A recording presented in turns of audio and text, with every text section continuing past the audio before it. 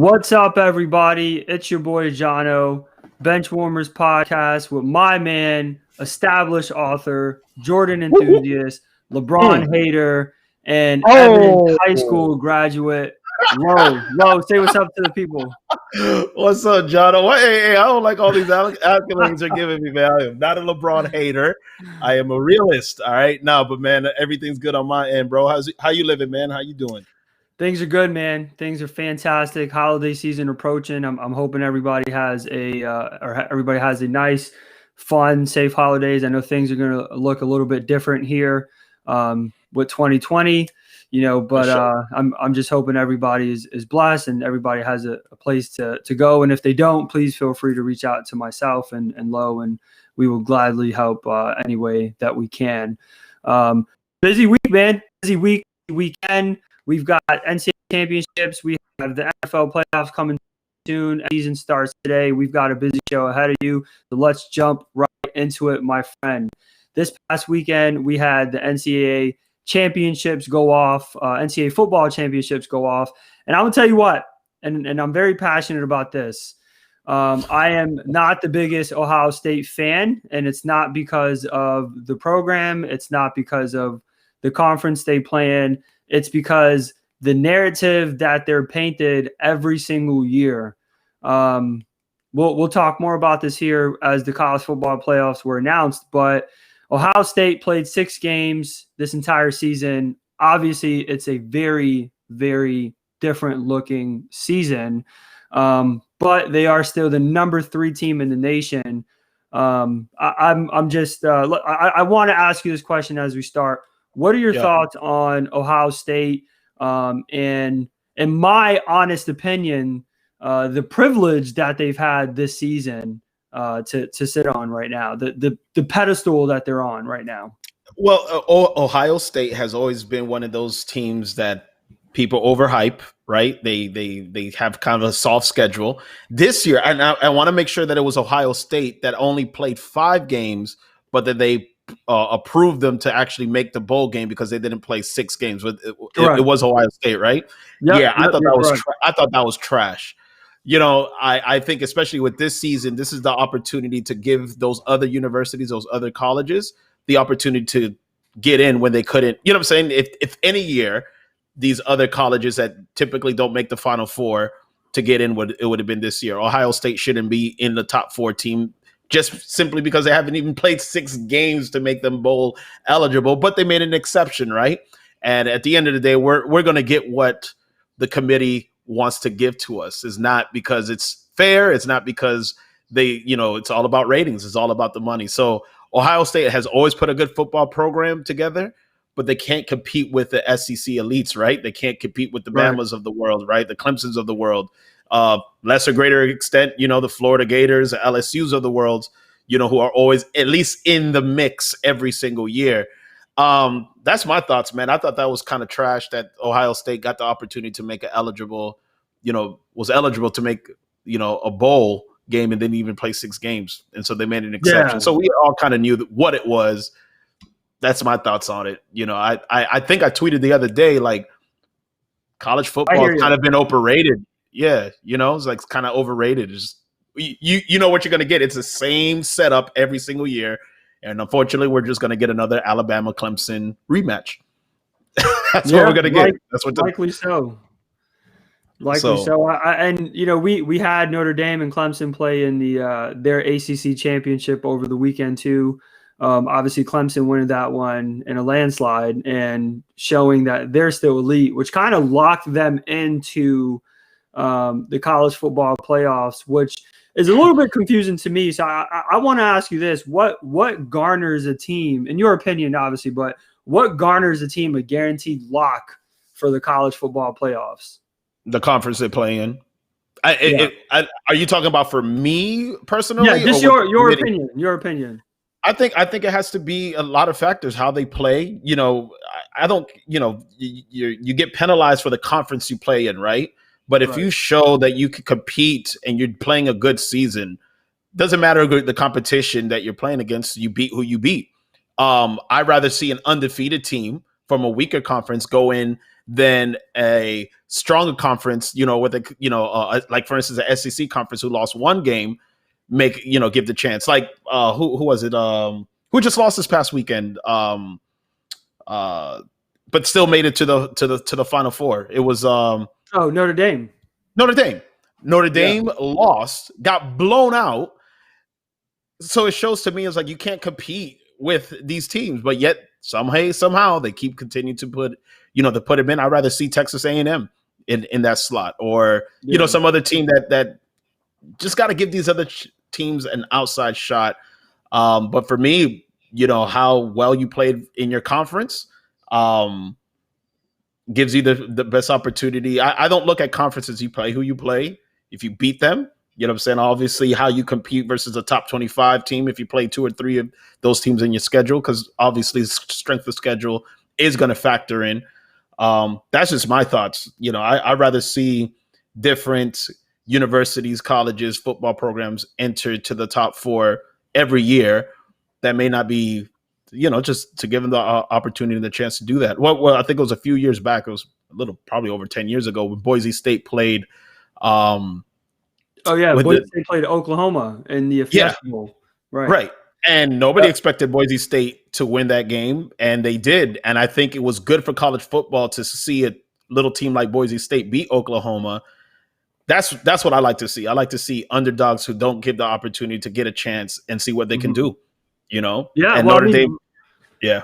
Yeah, and to your point, I mean, look at UCF, and I think it was 2017 when they were undefeated and they beat Auburn. I mean, they declared themselves as national champions, which to me is absolutely disrespectful to the team that won it.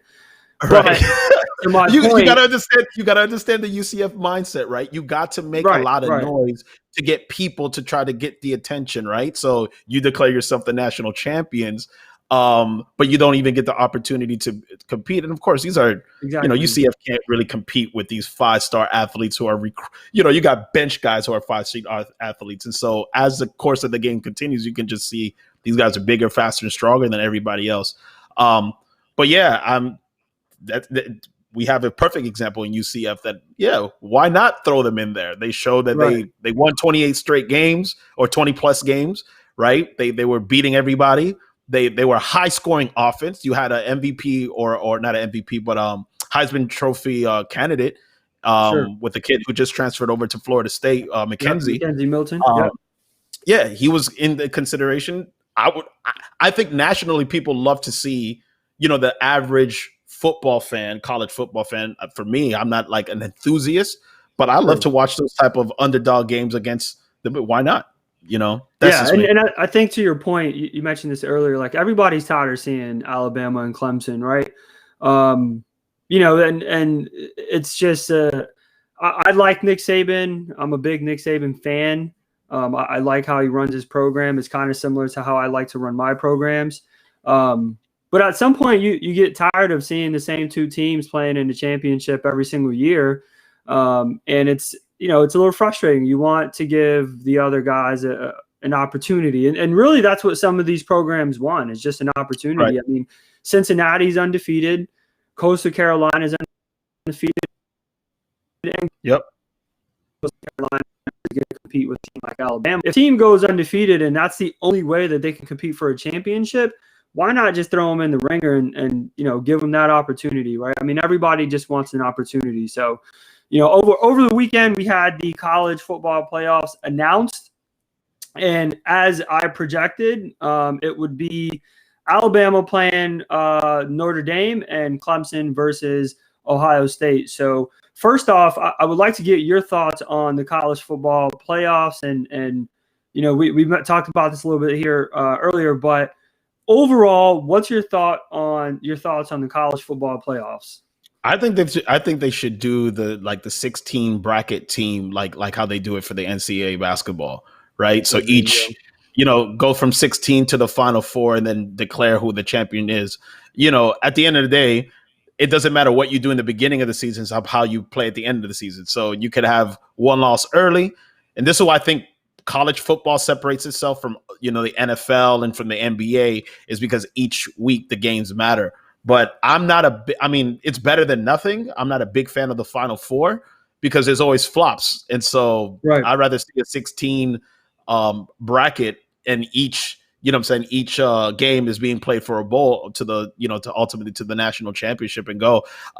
It was kind of predictable as soon as, you know, Notre Dame got smashed. It's like they're not going to get out the top 4. So you're gonna get the same repetition. Why not put a? Are you ready for this? A Coastal, was it a Coastal Carolina that went 11-0? Well, is that the university? Coastal Carolina, Yeah. Why not? Why not give them the chance? You know? Yeah, you know? Why not? Yeah, of course. Who are they? But hey, just throw them in there, or better yet, even Cincinnati, or, you know, I'd rather see a Texas A&M, you know, get in there before a Notre Dame. We've seen this time and time again. Notre Dame, they overhype them. They go in and they don't compete. They always get blown out. But I know it's, and I know it's because of the fan base and because of the tradition and all of that stuff. But I'd rather see a 16 playoff schedules like you know, March Madness type thing. You know, obviously can't do 64 teams, but like a 16 playoff, that would be phenomenal. You know what I'm saying? I agree with you. I agree with you. And to put things into perspective, the NCAA D1AA, right? They have an entire playoff bracket where they do have a 1 to 16, you know, seeding, and those teams play, you know, according to where they fall on the scale, right? I don't, you know, you look at every playoff system. NBA has a 1 through 8, right? 1 through 16 if you include the East and West. Baseball has a playoff system, a seeding playoff system, March Madness, you know, NFL. College football is the only sport that doesn't have a functional working playoff system. If you look at the teams that have been in the college football playoffs the last, I don't know, 6 years, they're all brand name teams. Your Alabamas, your Clemsons, your Ohio States, Oklahomas. It never changes. Right. So how do we get the perspective on who really is the best if the same teams are playing all the time? Kind of like what you just alluded to. You know what I'm saying? So what we have to do as a committee, quote unquote, you know, we need to make sure that every team is getting the same opportunity to compete in the championship. But here's the thing, though. Not every team that may get the same opportunity, they're not going to bring in the same fan base or the same revenue. So you got to understand these bowls are paying billions and billions of dollars, or millions of dollars. I don't know about billions, but definitely millions of dollars to get the best teams into their bowl game. So, you know, is Coastal Carolina, for example, going to bring in the same type of fan base, let's say, as a Oklahoma? No, they're not, right? They don't have a big brand. But for the average viewer like myself, because I'm not a big college fan guy, I would love to see the underdog, you know, compete. This is why I think, because we both live here in Orlando, when UCF played against the Auburns of the world and they beat them, it was a big deal. Now we know in our hearts, we can't really compete with the Alabamas of the world on a consistent basis, but just give us one shot, you know, like just at least give us the opportunity if we could compete. Because unfortunately, when we lost the last bowl game versus LSU, and we lost, you know, the UCF ended up losing against, you know, the backup quarterback and a bunch of bench warmers, and we lost. They're like, well, see, you can't even beat, you know, the second stringers, you know, the third stringers. Why do you think you can compete with the Bamas of the world? So this is why those smaller conference schools have to, you know, really strengthen their schedule and, you know, at least show that they can beat them. But like I said, I think a 6-team seed playoff will fix that. But again, it's all about the money, man, and the fan base and what's going to attract people to watch. You know, as much as for me, I'm like, oh, Coastal Carolina, why not throw them in there? They're the Sun Belt champions. We rather see we rather have Notre Dame, who may not be able to compete with the Clemson this you know, coming weekend or whenever they play.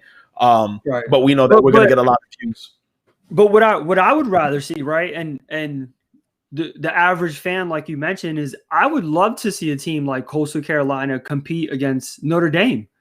I mean, we talk about opportunity, right? Put Notre Dame at like I don't know, at like a 5 seed, and put Clemson at like, or Coastal Carolina like a 13 or a 10 or something like that, just to give the opportunity for, the smaller guy to play the bigger guy. And imagine if Coastal Carolina beat Notre Dame. You know what I mean? What that would do for college football is two things, right? It'll hurt the brand of Notre Dame for sure. It'll hurt the brand. It'll hurt the recruiting. It'll hurt maybe, I doubt it'll hurt the boosters that, pay money for those programs. But what it will do for a team like Coastal Carolina is give them, market shares of TVs. Give them some TV audience, give them, a chance to recruit on the same kind of land scale as a Notre Dame, as a Clemson, as a Alabama. And it's not going to change overnight. It'll be a long-term process, right? So if a game like that happened, Coastal Carolina beat Notre Dame, not next year are they going to bump up and be a national power. It may take a couple years like it did with UCF. It took UCF a couple years to be a national power. So to my point, I just – let's give those teams an opportunity. You agree on an 18 or 16 team playoff. They're the only sport that doesn't do a playoff. Who would you rather see in the Final Four right now? Final Four, but like I said, I don't think Ohio State should be in it. That's just my opinion. But of course, Alabama needs to be there. Clemson needs to be there, even though they lost one game. I would have given it to Texas A&M, and it's a coin toss. Do you put Notre Dame in or do you put Ohio State in? So one of those two. But I don't believe. Right now, what is it? Alabama, Clemson, Ohio State, Notre Dame are the top four. Am I correct in that? Alabama plays Notre Dame, and then Clemson plays Ohio State. Okay, so I would have rather have Texas A&M get in over Notre Dame, only because they show that they didn't just lose to Clemson; they got waxed by Clemson. So it's a kind of that kind of loss. I'm like, well, what do you think you're going to do against Alabama? You're not going to do any better. I think I would have pushed up Texas A&M in that bracket and just allowed Notre Dame to go out, not be in the top four. So I agree with you. And that would have been the only switch I would have made. Right. And call me crazy at what I'm about to say, because you're crazy. I do not think that Clemson, quote unquote, deserves a spot in the playoffs due to their conference, right? All these programs, Oklahoma, A&M, Alabama, Ohio State, all of them played only interconference games. None of them played outside their conference, right? So if you look at strength of schedule, Clemson doesn't have a strong strength of schedule because the ACC is not strong. Miami but they haven't ever had like the ACC conference. What you have, the Florida States of the world. Who else is a Boston College? Florida State is irrelevant right now, and the only team that's truly relevant is Miami. Let's be honest. They opened the year at a top 10 team. Clemson did go in and they beat them, right? But your only two ranked teams in the top 25 were Miami and Notre Dame, which they lost to Notre Dame.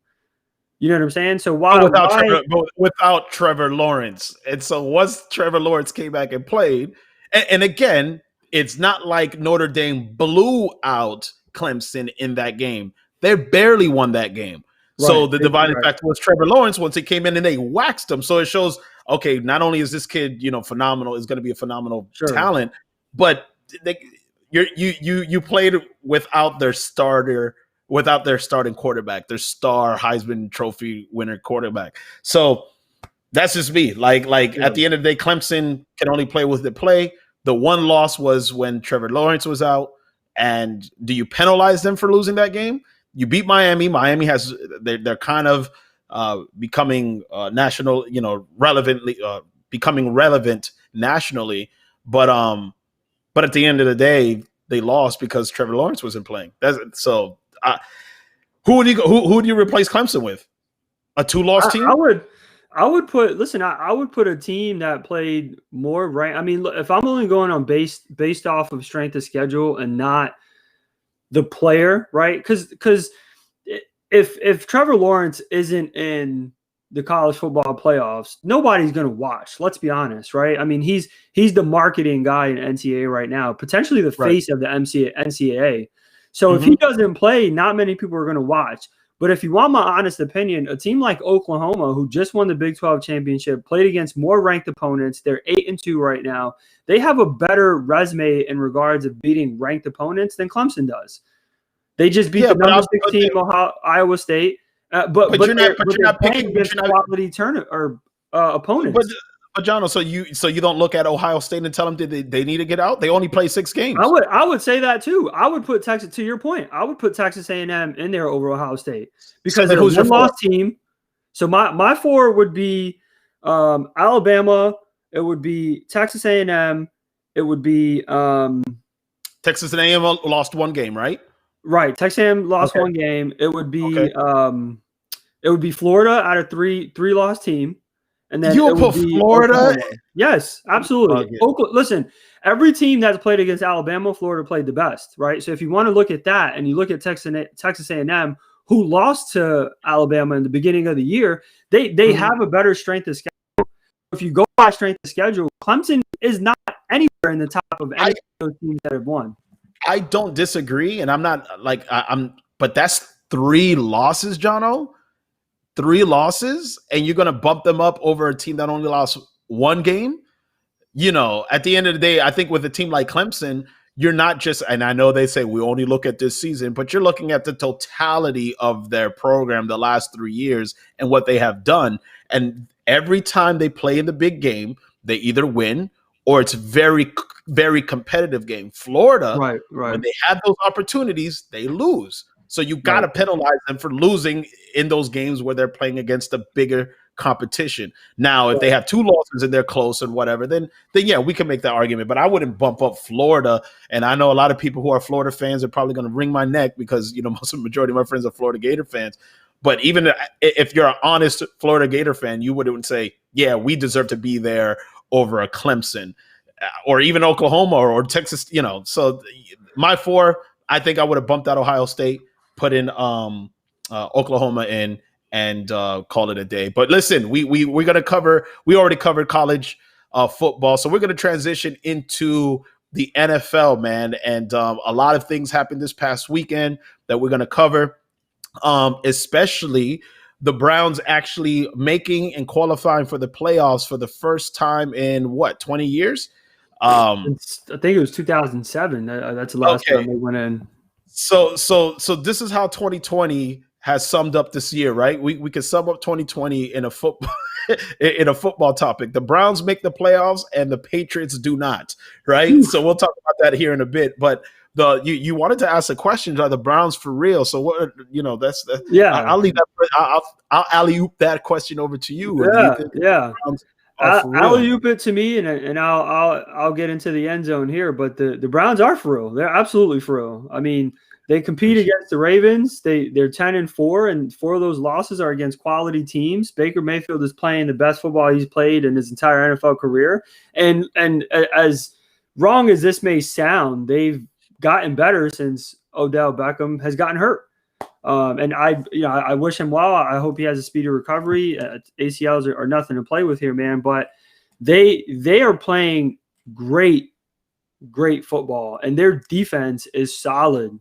Their corners are great. Their line may be one of the best in football. I'm not going to say they are the best, but may be one of the best defensive lines in football.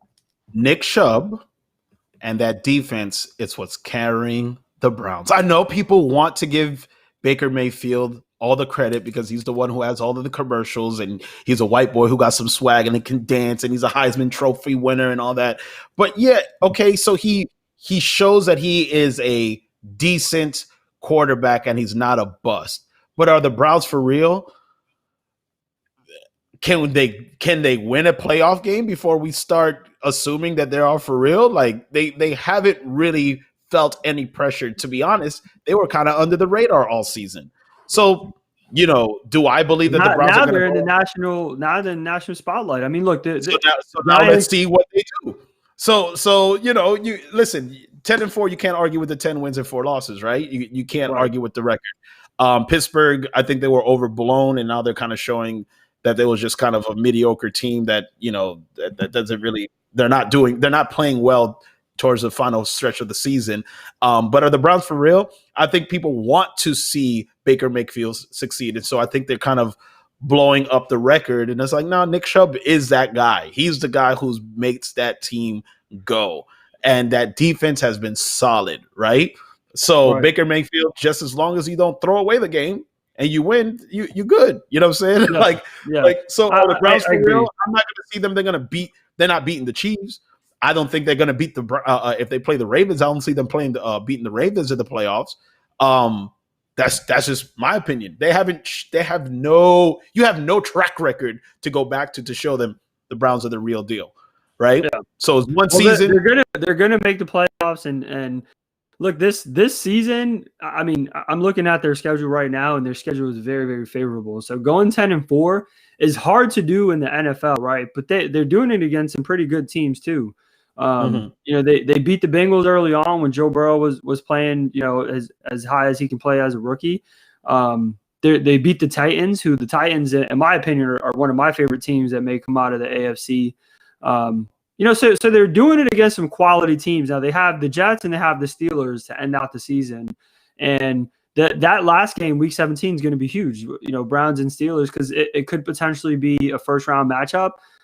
It could be potentially a second round matchup. You know, so like to your point, as long as they keep running the ball the way they're doing, and you know the defense steps up, I think they can make a run. I don't know. They're not going to beat the Chiefs. A run where? A run out of the first exit of the playoffs? Like where are they running? If they match up with a team, you think they win a playoff game? If they match up with a team like Miami in the first round, then yes, I do that. I believe that they would beat a team like Miami. But if they match up with a team like Baltimore in the first round, or Pittsburgh, I mean, I don't think that they would win. But the fact that they're 10-4 with the history that they've had the last 10 seasons, I mean, it's a special year in Cleveland, and I mean, you know, Browns fans have every right to be excited.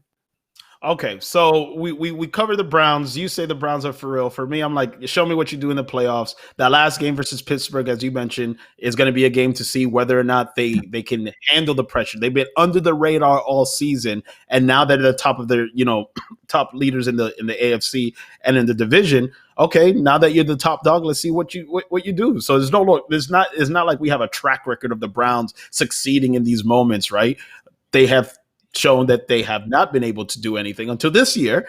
Baker Mayfield has been showing that he's a quality quarterback, right? But a lot of that has to do with Nick Chubb and the fact that they're running the ball effectively, and the defense is solid. And as long as Baker Mayfield isn't throwing, you know, interceptions and managing the ball well and getting to the players, you know, to his playmakers, they're gonna be okay. But we'll see when the lights are brighter, what they're going to do. But as I mentioned, man, 2020 has been that year where we're saying that the Browns made the playoffs, and in the same day, we found out that the New England Patriots will no longer be participating in the NFL playoffs for this year, the first time in 11 seasons. And so, of course, all of the Patriots haters are going to ask, well, is the Patriots dynasty over?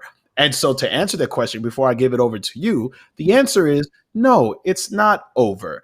No, it's not over. And even let's put everything into consideration, right? They're 6-8. They have no talent on the offensive end, none whatsoever. They have no playmakers. And knowing that they have no playmakers, you have a quarterback in Cam Newton who just came in off a brand new, you know, coming off of injuries, you know, gravitating into a brand new season. He's not an elite passer. We know that. But he single-handedly carried that team to even 6 games, to 6 wins. And let's even go, there was one play away from beating Seattle. They were one fumble away from beating Buffalo, right? They versus Kansas City, they competed, and we was playing with our third-string quarterback, right? So, you know, those tides turn. Like I said, I predicted they're either going to be 9-7, 8-8. We'll see, you know, if my predictions come through, they can at least be 8-8 by the end of the season. But is the dynasty over? No. And then you have to think about we missed 5-6 starters from the defensive end, you know, not playing this season. So Bill Belichick, I think Bill Belichick knows he needs to get one post Tom Brady. And so he'll re-up. They'll get the salary cap right, and they'll plug in the pieces that's necessary. What they're going to do at QB, I'm not sure. Do they see enough in Cam Newton to re-sign him to maybe another 2-year deal? You know, who knows? I would like to see Cam Newton back, but I would like to see some weapons, you know, around Cam Newton and see if he can succeed. He can run. He's not an accurate passer, but we was third in rushing, right? And we was in the middle of the pack when it came to defense. But when we were playing from behind, we struggled, and part of it, the reasons we're passing the ball to Jacoby Myers. You know, like who's Jacoby Myers? So is the dynasty over? No, I don't think it's over. If they win one more in the next 5 years, does that mean the dynasty is established again? You got to think, man. 20 years they won. In 20 years, they won 6 Super Bowls. The last 11, they won 3, and they made the playoffs and won their division every single year until this year. Now Miami's getting tougher. Buffalo's getting tougher. If in Bill I trust. So is the dynasty over? No, because if they win one more Super Bowl in the next 10 years, they're going to do something that most, you know, teams will die to, you know, win one Super Bowl in their whole franchise. So I think they'll get one more just because I think Miami over exceeded expectations. I think they'll digress next year. I know that sounds crazy. And Buffalo, you know, Josh Allen played at an MVP level. So he's going to be a problem. But if we can get some playmakers on the offensive end, we get our defensive guys back next year, we'll compete.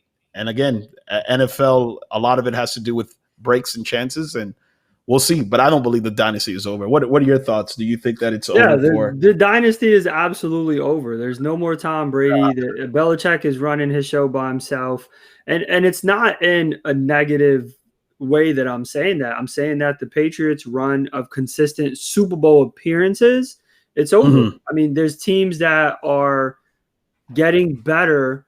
And in my opinion, the Patriots kind of stayed on that flat curve line where they never really added pieces. They just worked with what they had when other teams were adding pieces, right? I mean, the Colts have one of the best defenses in the league. They're 10-4.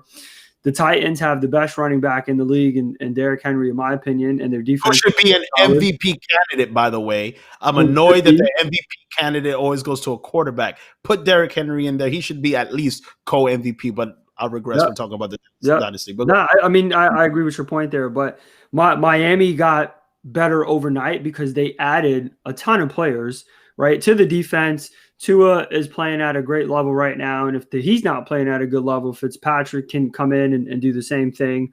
Buffalo is getting better. Stephon Diggs, adding him, and their quarterback Allen is just on an absolutely different level right now. I mean, he's just playing at an all-time level. Obviously, KC, best team in the league right now, and I think they'll be the next quote-unquote Patriot dynasty in regards of winning their division, winning their conference, and you know, having Super Bowl appearances. And then Baltimore and Pittsburgh, I mean, those teams are still relevant. Those teams right now are better than New England, and this is all on the AFC side. You know, I didn't mention any teams on the NFC that can compete as well.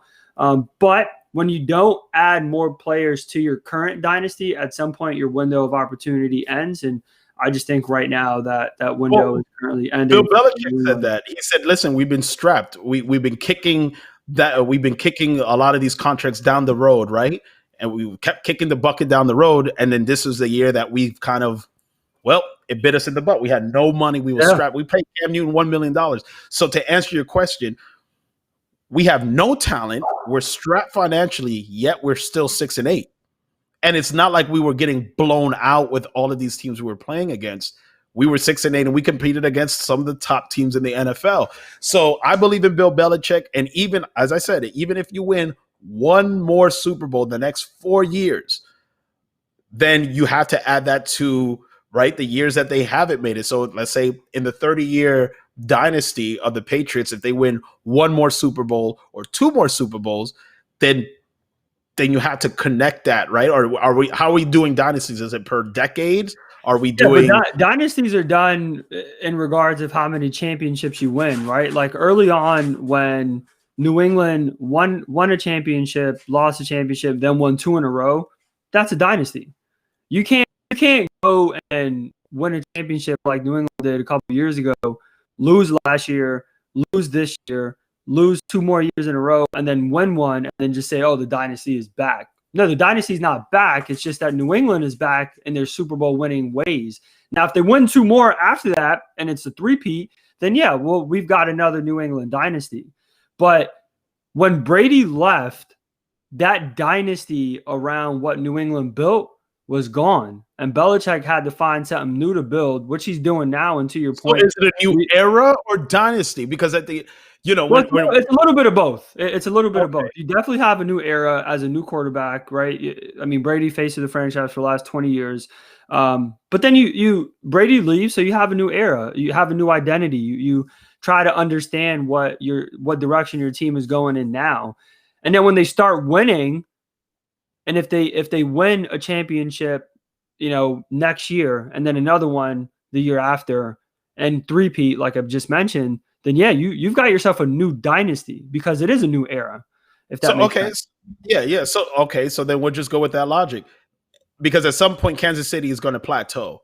Their style of play is going to catch up with them. That massive contract that Patrick Mahomes signed, at the end of the day, you still need talent on the offensive, defensive end, right? So yes, they got an immense amount of talent, but at some point those contracts are up and you're going to have to re-sign. And so you still need other pieces to fill out that 50-plus man roster.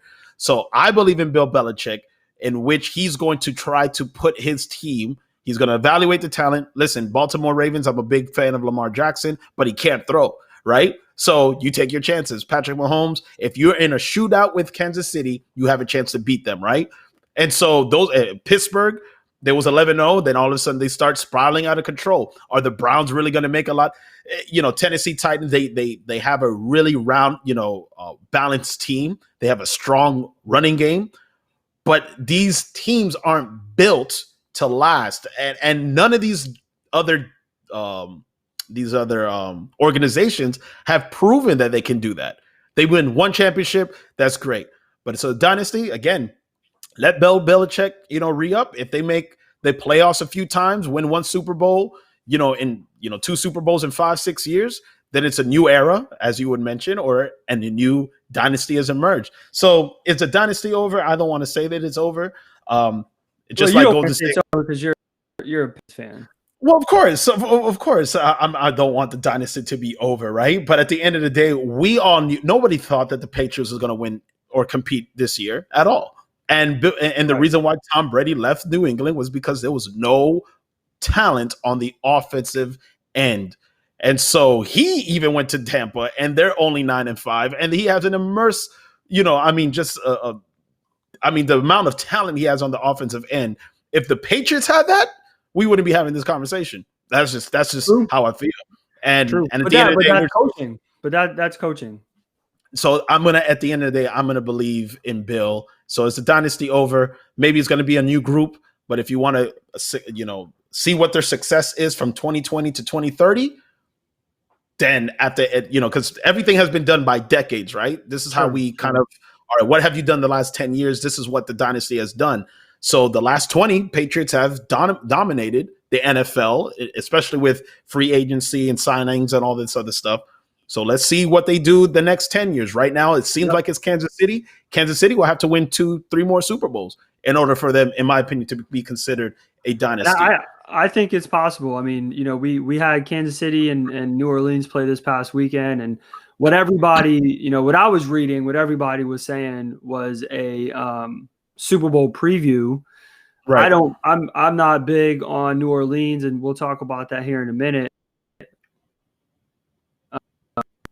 Kansas City, and Patrick Mahomes is watch fall. What are your thoughts? Well, I know last night the Saints and the Chiefs played last night, right? And I think this is, I didn't get to watch most of the game. I had some other things I need to get done, but I know this is what everyone is raving. Is this the Super Bowl preview? Ideally, based on entertainment value, yeah. Do I think that they're going to be the best team? Listen, everything kind of slows down in the playoffs, right? It's about who has the best defense, and I think the dark horse this year is going to be Tennessee. I did not expect Tennessee to repeat what they did last year this year. Right, but man, they're doing it again. And Derrick Henry, I thought he would slow down. That brother's demonstrated he's still a monster. He's, in my opinion, probably the best running back in the game right now. Just he wears defenses down. So I'm always going to bank on, for me, I love strong defenses, right?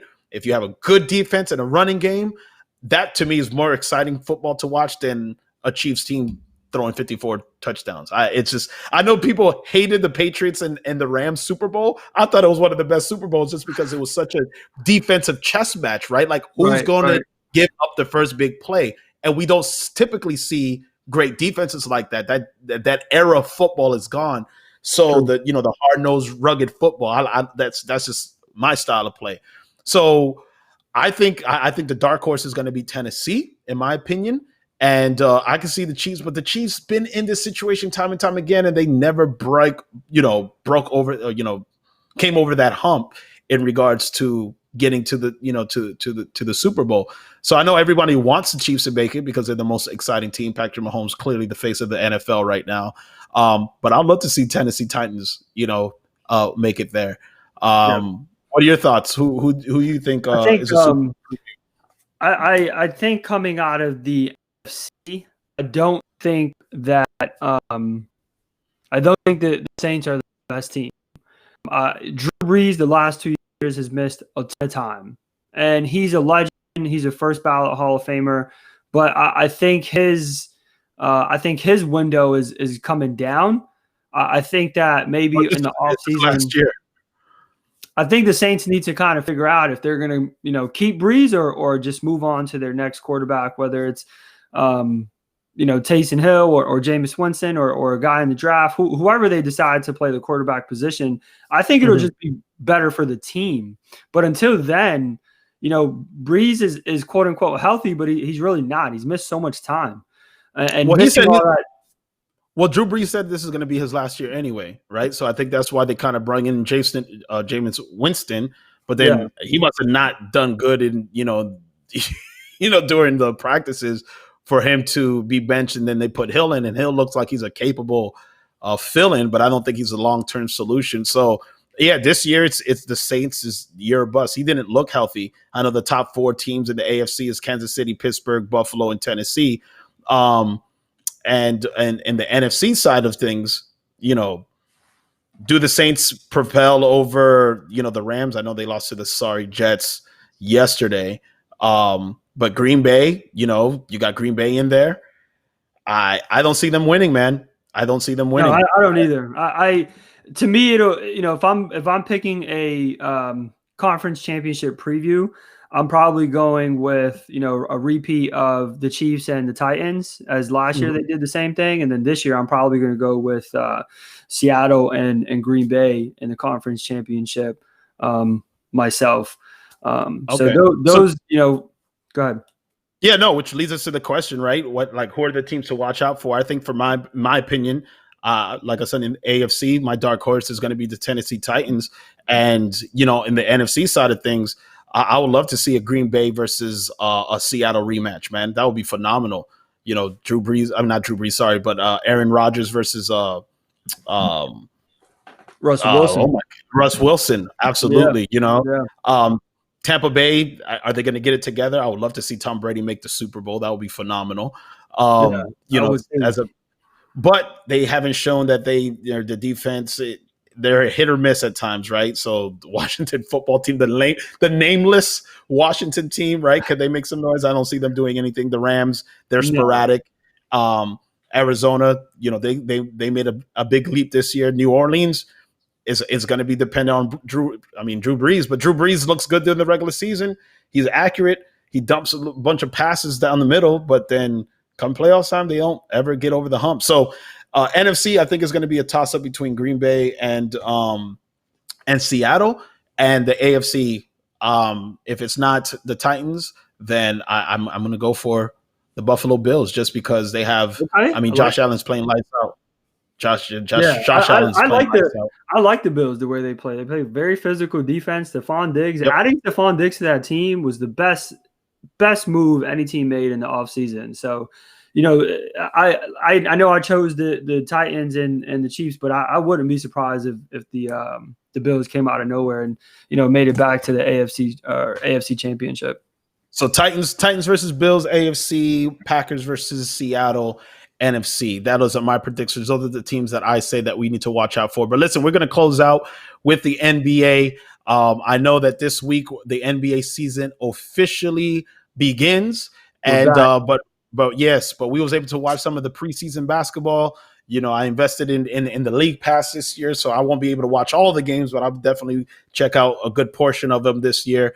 Jono, what are the teams that you felt that you was most impressed by or unimpressed by? Yeah, no, I'll start with impressed. I was really impressed with the Lakers, obviously, just kind of how well their bench played. LeBron and AD didn't play that much, but their bench is strong, man. Their bench is solid. Their role players are really good. I was really impressed with Brooklyn, and the way KD and Kyrie played together. I was surprised the chemistry that those two guys kind of generated over the preseason. KD looks good, man. I think he's kind of hesitant. Yeah. Well, I mean, even at 85%, KD is better than half these players in the league, 3/4 of the players in the league. But yeah, man, I think with the preseason, obviously I was kind of, checking out my teams, the Bulls, they seem to, they have to kind of get the offensive rotation going. Patrick Williams, bro, he seems to be a gem, man. I was thoroughly impressed with him. I know people calling him a Kawhi Leonard type, and I was like, I don't see it. Then I started seeing the highlights. I'm like, he got big hands. He has that little, he can palm the ball, does that little floater thing. He's very quiet. He works within the system.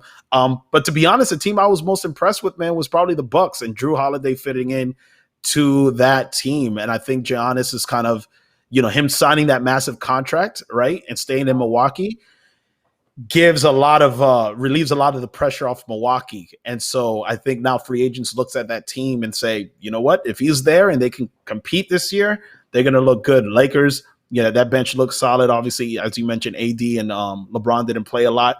But and the Nets, the Nets, Houston has been kind of looking. John Wall looks good. He's looking like he's getting back into shape. So I think overall, the team that impressed me the most, I was very curious to see how Drew Holiday would fit in with the Bucks. And I think that was just a very good pick. Boston is struggling. I don't think they even won a game during the preseason. Yeah, Boston looks, I feel like it's just a chemistry issue, right? Even more into it, right? I mean, Jason Tatum got a huge contract, which is very deserving. And then Jaylen Brown, my thing is this, like, who's the guy, Tatum or Brown? Obviously, I know it's Tatum, and I feel like anybody who looks at Boston and looks at the way they play, it's got to be Tatum. So where does Jaylen Brown fit in the development of Jason Tatum into a superstar and then the future of Boston? Well, it's 1A, 1B. You got to make it look like Tatum look like MJ and Brown be the Pip. You know what I'm saying? And then Kemba it's easier said than done. Both those guys are young guys. They both want to be the guy. You know what I'm saying? Like it's right. I remember watching The Last Dance. It was Phil Jackson had to deal with a lot of egos, right? With Michael and Scotty, and then you bring Rodman to the picture. So Brad Stevens is a genius when it comes to X's and O's and teaching the game of basketball. I wonder how he's dealing with all of these individuals and all their egos and kind of letting them know, like, listen, Tatum is our guy. Once Kemba gets back, like, sorry, Brown, but Kemba is our number 2. I mean, he's our guard. He's our man too. He's going to get his touches and, John, just kind of do your thing until you get yours. You know what I'm saying? Right. They did. Right. But Kemba's too hurt, man. He's older. Like I said, Boston needs to fix his chemistry issues. At the end of the day, you run everything through Tatum and Brown, but you got to put a team around that everybody's going to buy in. And I think at this point, they don't really know what roles everyone plays. Kemba is an unselfish superstar, and I call him superstar just because in big moments he has proven that he can, but he's injured. He's not fully healthy. He still looks like he's struggling. So yeah, Boston needs to fix their issues. But like I said, the teams that I felt most impressed with was Milwaukee. They played well. That bench from the Lakers looks pretty good. I'll tell you what. I'll tell you what player gave me the best impression is LaMelo Ball. And you're probably going to be like, "What?" But man, that guy can pass the rock. That guy can play. But I mentioned this before. The kid is a phenomenal passer. So even, it's like, can he do the other things though, right? So I wasn't surprised when I saw the kind of style of play that he was, the type of passes he was making. The kid was always a better passer. And I think even when he was young, he was out of all of the three, Ball brothers, he was the one with the most potential because of his elite passing. Like the kid could pass. So the NBA game is a lot faster paced game, right? And so it's far more open. So he's going to be able to squeeze those passes in open lane. So his court vision is phenomenal. Can he play defense? Can he hit the open jump shot on a consistent basis, right? So right now, I think he's kind of a Jason Kidd-ish, because he can rebound. He's long and lengthy, and he has to develop that jumper, So I think a lot of the guys, especially the old vet guys, the way he's going to gain their respect, it isn't about, because these old vets hear what his dad is doing and saying and all this other stuff. They see this little punk kid who, the little, he's, for the lack of a better word, is a little immature, right, coming into NBA. But if you could give him that ball, right, and get him to their spots, they're going to love him. And I think they're kind of loving the way that he's not trying to be the star of the team. He's having fun just passing the ball. Yeah. And a lot of the guys are saying that they really enjoy playing with him. I mean, they say that he is, he's a young kid. He's always happy. He has great energy, and he just really enjoys playing basketball. So that's another thing that, I mean, I don't know a lot about the Ball family on a personal level, but I just think that when guys say that about a rookie or just anybody in the league, I mean, that says a lot of value to what you bring to a franchise. And everybody had question marks around all the Ball kids, but the two guys are in the league and they're doing their thing. As a shooter, bro, if you can pass that ball, you know how to get me the ball to where I need to get it. I'm gonna love playing with you, man. You know what I'm saying? I don't care how old or young you is. That's just a God honest truth. So, but we're gonna end our segment today, man.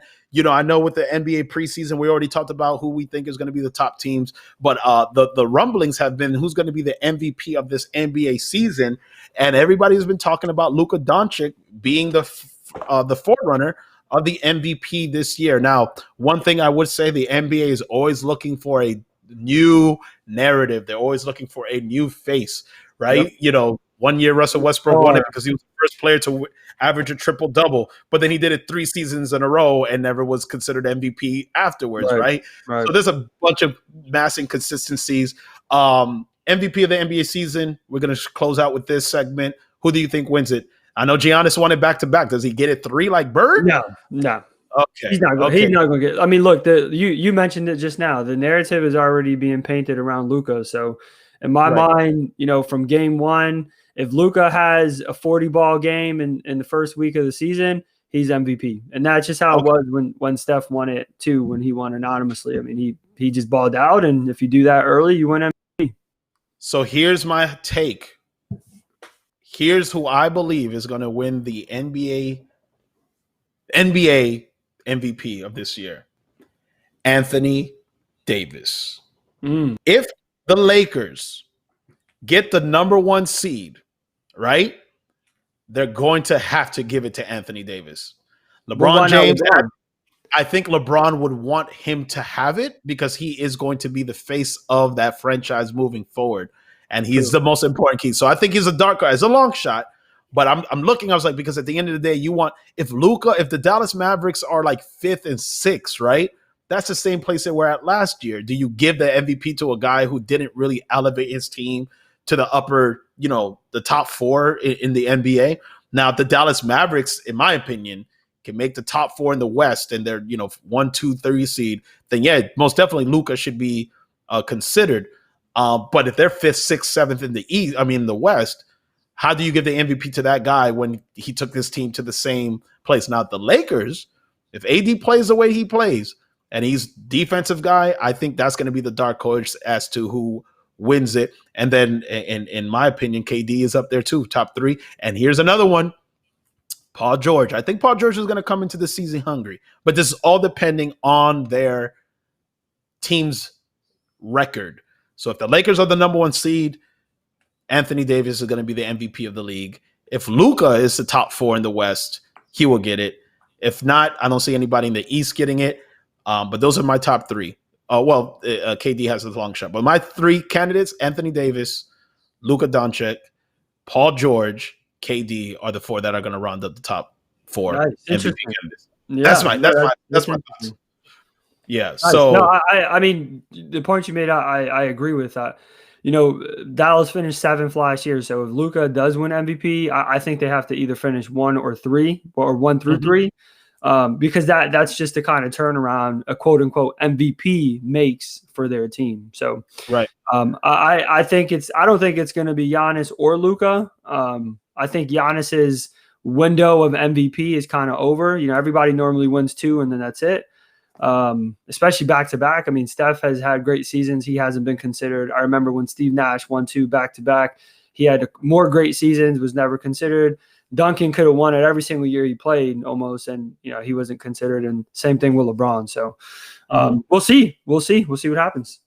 All right, you guys. Well, that wraps up our show for today. You know what I'm saying? Jono, it's always fun, man, having these discussions. And, those who are watching and listening, shoot us some questions, man. We'd like to address some of the questions you guys have. What are your what are your thoughts of our predictions of the NBA season and our views of college football, man? Let us know. We'd love to, hear your thoughts about everything. But that's going to be the end of our show today, guys. We're going to wrap up. Until the next time. You guys take care. Be blessed. Peace. Peace and love.